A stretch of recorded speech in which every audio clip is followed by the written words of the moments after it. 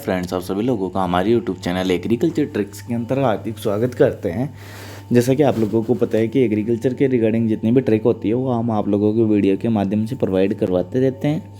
और अपन ने अभी जो सीरीज स्टार्ट कर रखी है वो उद्यान विज्ञान की स्टार्ट कर रखी है।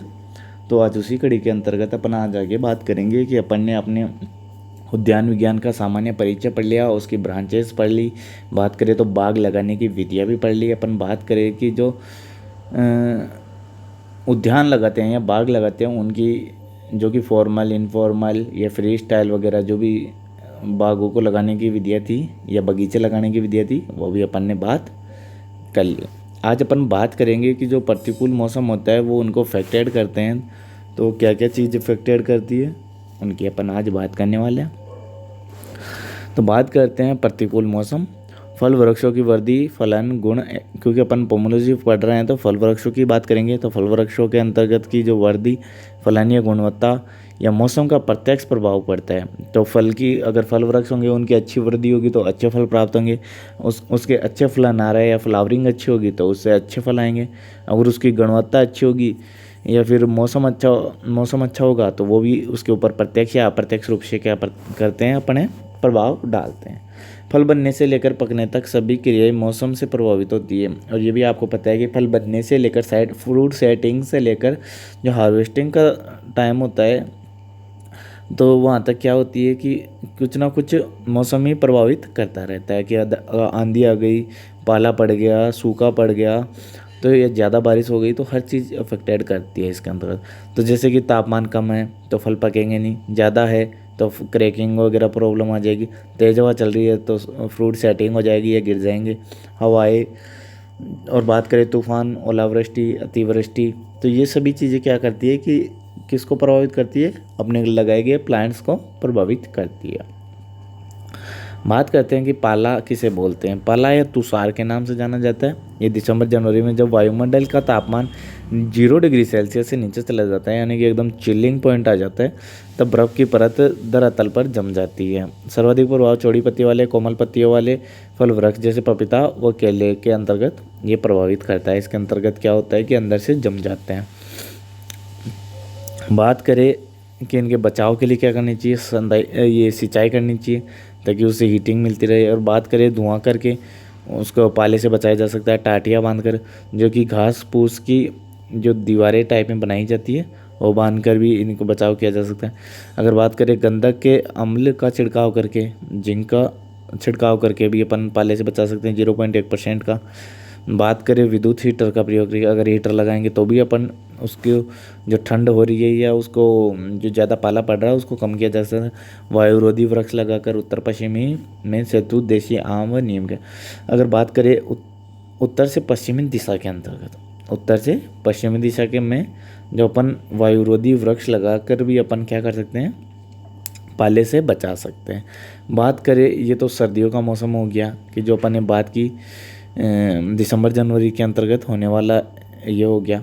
अगर अपन बात करें अब गर्म हवाएं वो कब चलती है, वो गर्मी के अंदर। गर्मी कब होती है सर्वाधिक, मई जून के अंतर्गत, जो उत्तरी भारत के मैदानी भागों में तेज हवा तापमान बढ़ाने से पौधे के वाष्पोत्सर्जन को दर को बढ़ा देता है। अगर बात करें कि अगर हवा के अंदर गर्मी ज़्यादा होगी या गर्म हवा चलेगी तो उससे क्या होगी कि पौधे के लीव्स के ऊपर वो गर्म हवा लगेंगी और उसके अंतर्गत जो पानी है वो वाष्पोत्सर्जित होकर बाहर उड़ जाएगा, तो वो भी वाष्पोत्सर्जन की दर बढ़ा देता है। इससे पानी की कमी हो जाती है और पौधे क्या हो जाते हैं, मुरझा जाते हैं। इसके बचाव के लिए अपने को क्या करना चाहिए, गर्म हवाएं पश्चिमी दिशा से आती हैं। आपको पता ही है डेजर्ट इलाका पश्चिमी क्षेत्र है या मरुस्थल वगैरह भी उधर ही है, तो अति पश्चिमी दिशा में टाटियाँ बांधकर, जो लकड़ी की घास फूस की जो टाटियाँ बनाई जाती है उनको बांधकर, वायुरोधी वृक्ष लगाकर, अगर अपना खेत है तो उसके चारों ओर वायुरोधी वृक्ष लगा देंगे। चूने के घोल का, ये फिर अपन बात करें कैल्शियम कार्बोनेट या चूने का घोल का लेप करके भी उनको बचाया जा सकता है। किससे, लू से। बात करें अतिवृष्टि, वर्षा का बहुत अधिक होना अतिवृष्टि कहलाता है कि फूल फल जड़ जाते हैं। अगर ज़्यादा बरसात होगी तो फूल व फल भी जड़ जाएंगे। परागण, पानी के में धुल जाने से निषेचन की क्रिया नहीं होगी, क्योंकि अगर फ्लावर के अंतर्गत अगर बरसात ज़्यादा होगी तो फ्लावर के जो परागण होंगे वो पानी के साथ नीचे बह के चले जाएंगे, तो उससे क्या होगा कि निषेचन नहीं होगा, निषेचन नहीं होगा तो फल नहीं बनेगा अपना। उनको रोकने, उससे प्रभाव को कम करने के लिए अपन को क्या करना चाहिए, ये प्रभावित होने वाले क्या क्या लगे, यानी कि क्या क्या चीज़ प्रभावित होती है। छोटे पौधे गलने का डर, अगर छोटे पौधे हैं तो वो अगर ज़्यादा बरसात होगी तो पानी से गल जाएंगे, उनका डर रहेगा। जड़ों के जड़ने व गलने की संभावना बढ़ जाती है। वातावरण नमी के कारण कीट बीमारियों का प्रकोप अधिक हो जाता है, ये तो आप लोगों को पता होगा। अगर बात करें बचाव की, तो इसके लिए अपने को जो किया जाता है, वातावरण नमी के कारण कीट बीमारी का प्रकोप अधिक। बात करें बचाव, तो उद्यान में जल निकास की उपयुक्त व्यवस्था होनी चाहिए, ड्रेनेज का उपयुक्त व्यवस्था होनी चाहिए।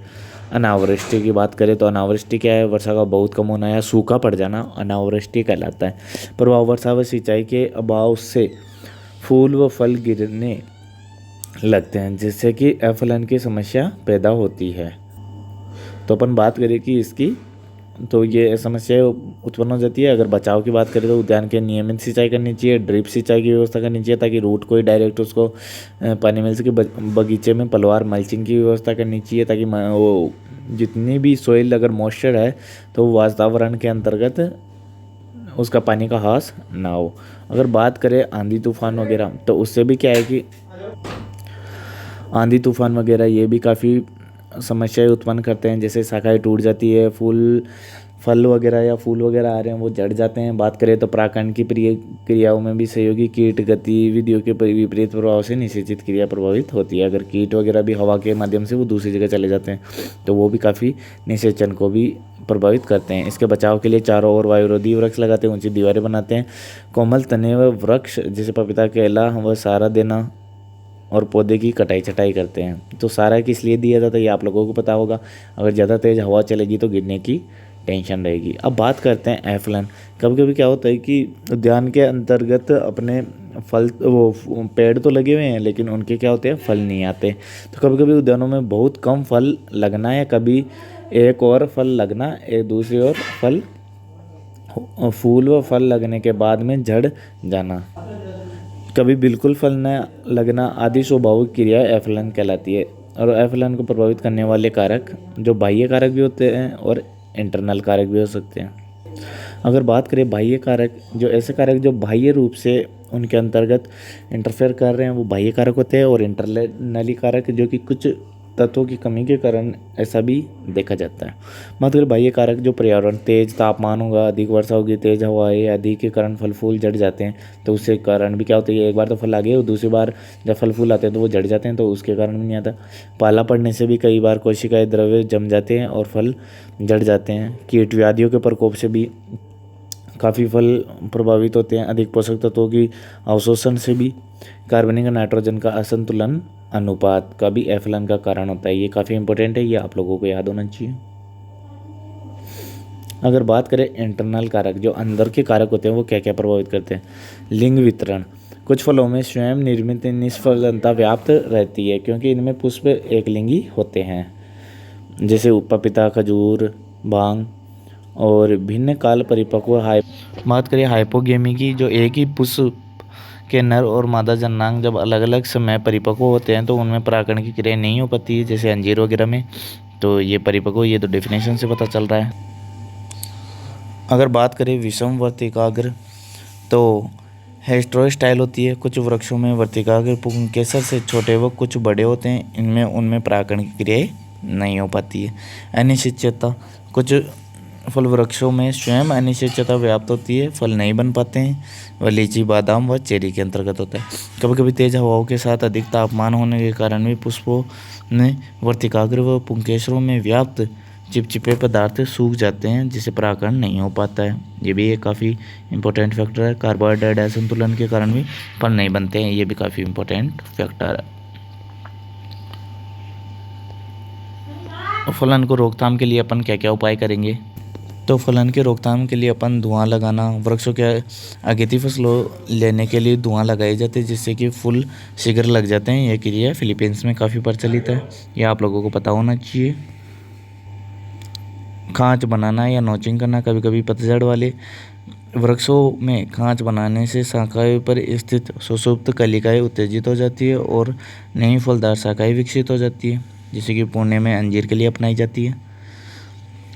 बात करें छाल परिवर्तन, फलदार शाखाओं पर फूल लगने से पूर्व 2 सेंटीमीटर चौड़ी अंगूठी के आकार की छाल उतार देते हैं। ऐसा करने से उस स्थान पर आवश्यक कार्बोहाइड्रेट्स एकत्रित हो जाता है और नई शाखाएं बनने में मदद होती है। ये अंगूर के अंतर्गत अपनाई जाती है। और ये अपन क्रॉप्स वगैरह पढ़ेंगे, उनमें भी बात करेंगे। डालियों को झुकाना या बेंडिंग करना दक्षिणी भारत में अमरूद के वृक्षों में अपनाई जाने वाली। ऐसा करने से नीचे वाली शाखाओं को पर्याप्त प्रकाश मिल जाता है और उन पर नई शाखाएं फूटती है। बात करें जड़ों की कटाई छटाई, जो कि रूट प्रूनिंग होती है। भोजन अवशोषण को संतुलित करने के लिए पेड़ पौधे के चारों ओर खाई खोद दी जाती है। व्याप्त सभी जड़ों की शाखाओं को काट देते हैं। जड़ों को खोलना। बात करें दक्षिणी भारत में, जहाँ भूमि के अंदर अधिक गीली रहती है, तो वहाँ संतरे के पौधे में ये अपनाई जाती है। और विरलीकरण, जो विरलीकरण होता है, इसमें आवश्यकता से अधिक फूलों की छटाई कर दी जाती है। तो आई होप आप लोगों को ये समझ में आई होगी। ये काफ़ी सिंपल डेफिनेशंस थी। अब नेक्स्ट वीडियो में अपन इससे आगे स्टडी करेंगे। अगर वीडियो पसंद आए तो लाइक करें, शेयर करें, कमेंट करना ना भूलें। Thank you friends.